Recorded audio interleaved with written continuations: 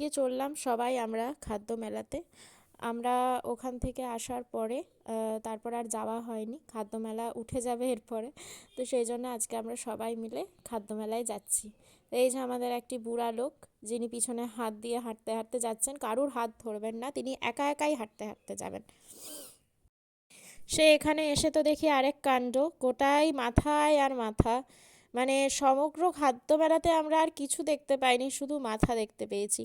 মানে যে যেখান থেকে আছে সে মনে হয় সেখান থেকে চলে এসেছে খাদ্য মেলাতে। আর এই যে আমার বুড়া লোক, আমার বুড়া এদিক ওদিক তাকাচ্ছে। হ্যাঁ, তিনি তো কিছু খেতে পারেন না, কিন্তু তেনারও যেতে হবে, তিনি থাকবেন কোথায়, আমরা সবাই মিলে চলে যাচ্ছি। যাই হোক, টুকরা টুকরি আমরা যা খাবার খেয়েছি ও একটু একটু টেস্ট করেছে।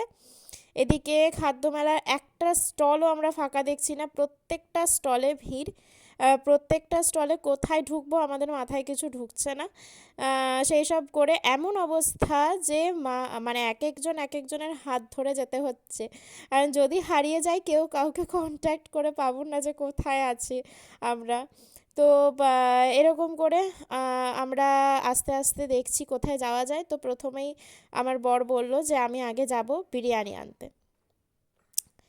তো তারপর এখানে একটু প্রোগ্রাম চলছিল, আমরা ওখানে প্রোগ্রাম দেখলাম। একটা লোকাল ব্যান্ড এসেছিল, আরশিনগর নাম। তো ব্যান্ডের পারফরমেন্স তো দেখার মতন সময় ছিল না আমাদের কাছে, তবুও যতটুকু ওখানে বিরিয়ানি নিতে যতটুকু লেট হচ্ছিল সেই সময়টা আমি একটুখানি শুনলাম গান। তারপর আমরা সরভাজা ও সরপুরিয়ার দোকানে চলে এসেছি। এটা প্রতি বছর এরা আসে আর প্রতি বছর আমরা এখান থেকে কিনে নিয়ে যাই। বাবা ভীষণ পছন্দ করে এই জিনিসগুলো। তারপর আমরা খেয়ে নিলাম জিলিপি আর রাবড়ি রুনাস ক্রিয়েশন থেকে। ভীষণ ভালো ছিল, বেশ ভালো লাগলো, গরম গরম জিলিপিটা বেশ ভালো লাগছিল। তারপর আমরা আবার এখানে ওয়েট করতে থাকলাম উৎকল পিঠের জন্য, কিন্তু ওর বাবা উৎকল পিঠের দোকানে গিয়েছিল, কিন্তু সেখানে সে জায়গা পায়নি, তাই আমাদের সেটা খাওয়া হয়নি। এরপর আমরা ডিরেক্ট চলে গেছিলাম কবিরাজির দোকানে, যেখানে লাইভ কাউন্টার ছিল, লাইভ কবিরাজি কাউন্টার। আর কবিরাজি আমার ভীষণ ভালো লাগে, তাই ওর বাবা প্রত্যেকবার গেলেই, খাদ্য মেলাতে গেলেই কবিরাজি নেবেই। তো আমাদের জন্য 1 প্লেট নিয়েছিল, আমি আর ওর বাবা খাবো, আর বাবার আর মায়ের জন্য 1 প্লেট নেওয়া হয়েছিল। তো ওরা একটুখানি আচার আনতে গেছিলো, সেজন্য আমরা ওখানে দাঁড়িয়ে অপেক্ষা করছিলাম। সেই অপেক্ষা করতে করতে মা বাবা চলে এলো এবং তারাও কবিরাজি খেতে আরম্ভ করে দিল। সেই ফাঁকে মঙ্গলদা উঠেছিল স্টেজে, মঙ্গলদার একটুখানি গান শুনলাম, আমি মঙ্গলদার গানের খুব বড় ফ্যান।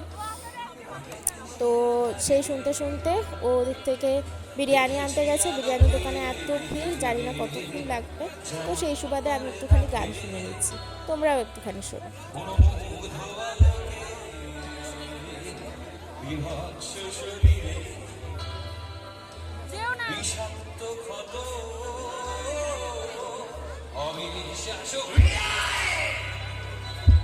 প্রতিবাসা